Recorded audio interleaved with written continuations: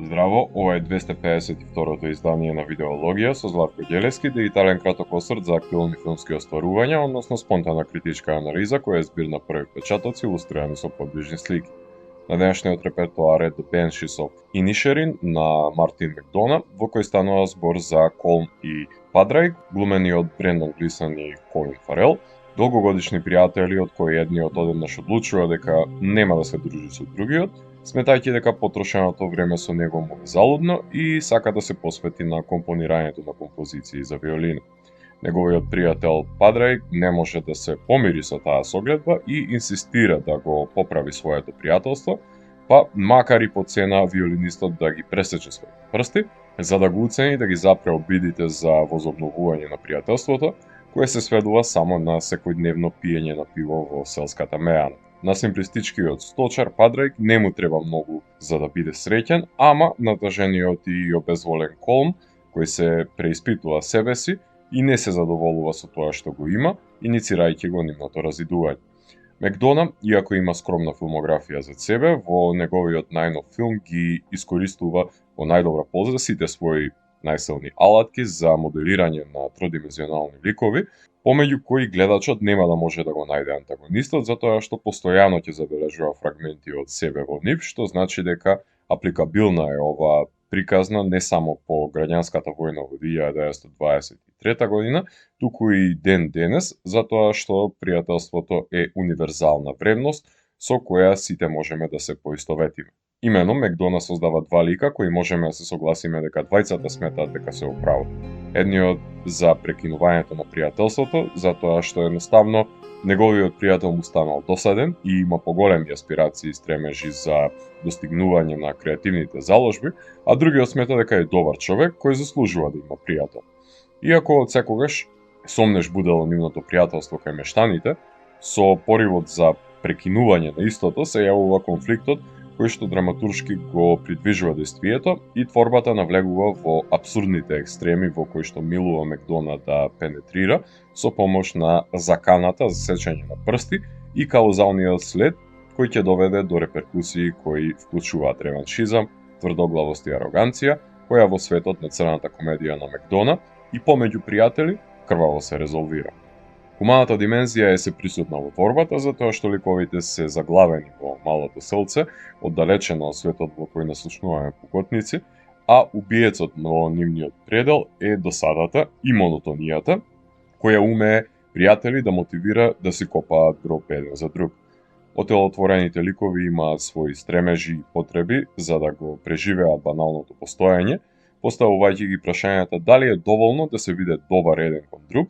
или пријателството се губи кога некој ќе демонстрира аспирации за нешто повеќе. Дали тоа искачување во други стадиуми може да ја замени размената на животно искуство, која покрај добрината треба да биде двигател во едно пријателство. Можеби тие чинители едноставно не се доволни кога ќе еруптира потиснатиот гнев. Помеѓу пријателите неизбежно е нечии чувства да бидат повредени, кога во равенката е во игра ароганцијата, тврдоглавоста и горделивоста. Дали е можеби безпричинската омраза инстанца која алудира на започнување на војните во светот помеѓу поделените различни, а сепак исти народи, кои живеат од едно исто парче земја. Макдона не би бил тој што е да не го зачини сценариото со шрапнели на хумор, досетки кои перфидно се провлекуваат помеѓу обидите за спасување на пријателството и поигрување со жанровските конвенции во прикажувањето на насилните чинови кои ескалираат, образувајќи го темелот на црната комедија, која си го наоѓа своето место во филмот. Само не очекувајте дека ќе се појави некој Бенши во Инишерин. Истребени се уште на времето. Голема вештина е потребна за еден автор да може да ги балансира овие различни емоционални тоналитети кои се борат за превласт во сценариот.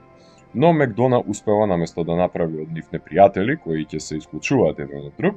тој ги присилува да соработуваат за да може да биде пофлуиден преносот помеѓу различните тонови, така што напаѓа различни сензори кај гледачот. Помеѓу кавгата на пријателите се наоѓа сестрата на Падрајк, односно Шиобан, глумена од Кери Кондон, која се обидува да биде мост помеѓу инаетчиите, додека и самата не добие билет за излез од безнадежниот ирски остров,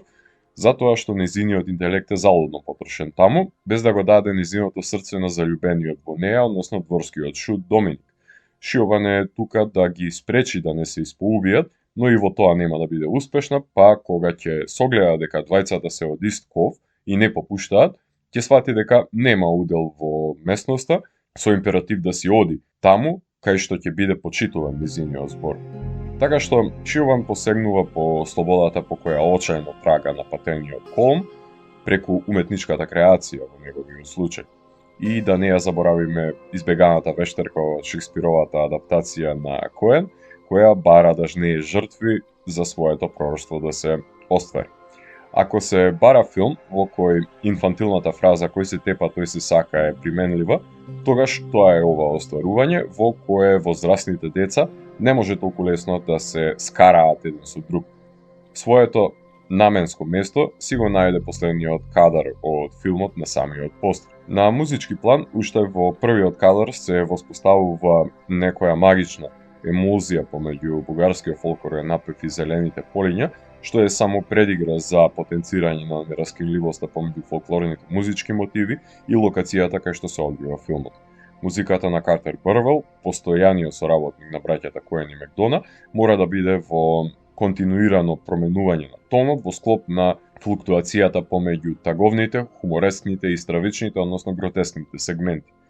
Бен Дејвис е снимателот на филмот, кој не може да очека Макдона да се одлучи да режира филмови, па во меѓувреме е снимател и на филмовите на Марвел, кои се режирани од консензус на продуцентите, ама Бен не пропушта можност да соработува со еден истакнат автор, со јасна визура како што е Макдона, за кого сними прекрасно визуелно богатство од таписеријата на кадрите составена од висорамнините, гребените и плажите во кои се ситуирани ликовите во рустикалната селска идила, вметнувајќи го филмскиот јазик за занемарување на театралната пиеса на Макдона.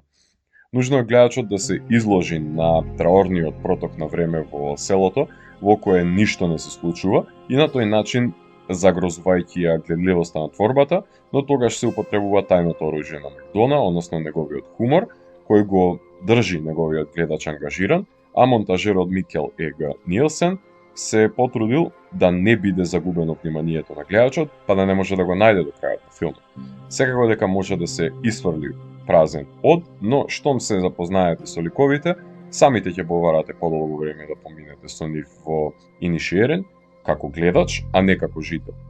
Режисерот Мартин Макдона со Брендан Глисон соработува уште во својот прв краток игран филм Six Shooter од 2004 година, во која разработува вербалната динамика на контрапунктот помеѓу пиштолџијата, која е брзозборко, и депресивен лик на Глисон, филм кој е исполнет со мртви тела, кој умее да го зачини со хумор, уште од подавањето на фотографијата на зајакот врз мртвото тело, или пак со експлодирачката крава. Така што денешниот Макдона е само рафинирана верзија на авторот, кој го знаеме уште од неговиот прв филмски обид.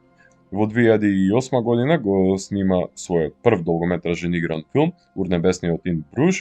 кај што Фарел и Глисон за прв пат имаат можност во филм на Макдона да развијат конфликтна ситуација помеѓу нивните ликови на платени убици кои се заглавени во белгискиот град, кај што ништо не се одвива според планот. Филмски одговор на мафијашките филмови на Гај Ричи. А Seven Psychopaths е вториот негов долг игран филм од 2012 година, во кој Фарел глуми сценарист кој е инволвиран во криминогеното подземје на Лос Анџелес, која ќе биде киднапирано Шицу на шефот на мафијата, филм со тарантиновска плејада на харизматични ликови, кој од кој поумолболен, а неговиот претпоставен долг е оскаровецот Three Billboards Outside Ebbing, Мисури, кој беше анализиран во видеологија, филм во кој ликот на Флоренс Макдорманд бара од локалните власти да се ангажираат за да се открие убиецот на незината ќерка.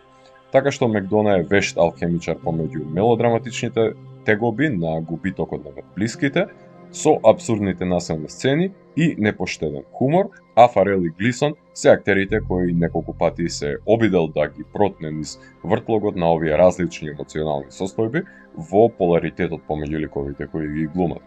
Со оглед на тоа што најновиот филм на Макдона натежнува повеќе на мелодраматичните компоненти, а хуморот има тенденција да го користи како зачин, за разлика од филмовите во почетокот на неговата кариера, разочарани ќе бидат гледачите кои ќе ги занемарат овие констатации и ќе побараат да погледнат поразличен филм од тој што Макдона имал намера да го сними. Секако дека има простор да се редуцира времетраењето и да се постигне непречено течение на действието, но потребна е таа драматуршка одишка за да согледаме во каков стадиум се наоѓаат ликовите и да оплакнеме очи на убавите крајбрежи.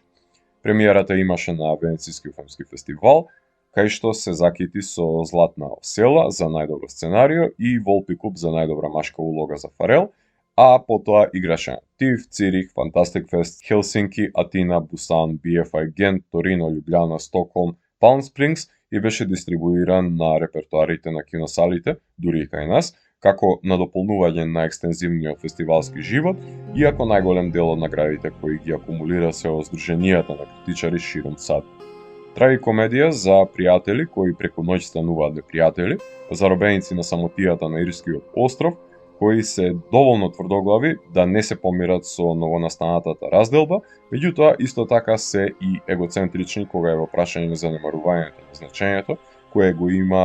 другиот во нивниот живот, токму во борбата против демоните кои излегуваат на површина, кога баналноста на редундантната тривијалност и неизлечивата депресија го имаат последниот збор. Има две наравоученија во филмот. Првото е дека не се свири виолина без прсти, а второто е дека не се пие сам пиво во 2 часот поплан. Ако морам да го евалуирам, тогаш The Banshees of Inisherin од мене има 4,5 од 5. Доколку ви се допадна 252-то издание на дигиталната архива Видеологија, лајкувајте го видеото, споделете го и следете го каналот. Последните и постанатите рецензии на виртуелната полица. Ви благодарам за вниманието. Поздрав!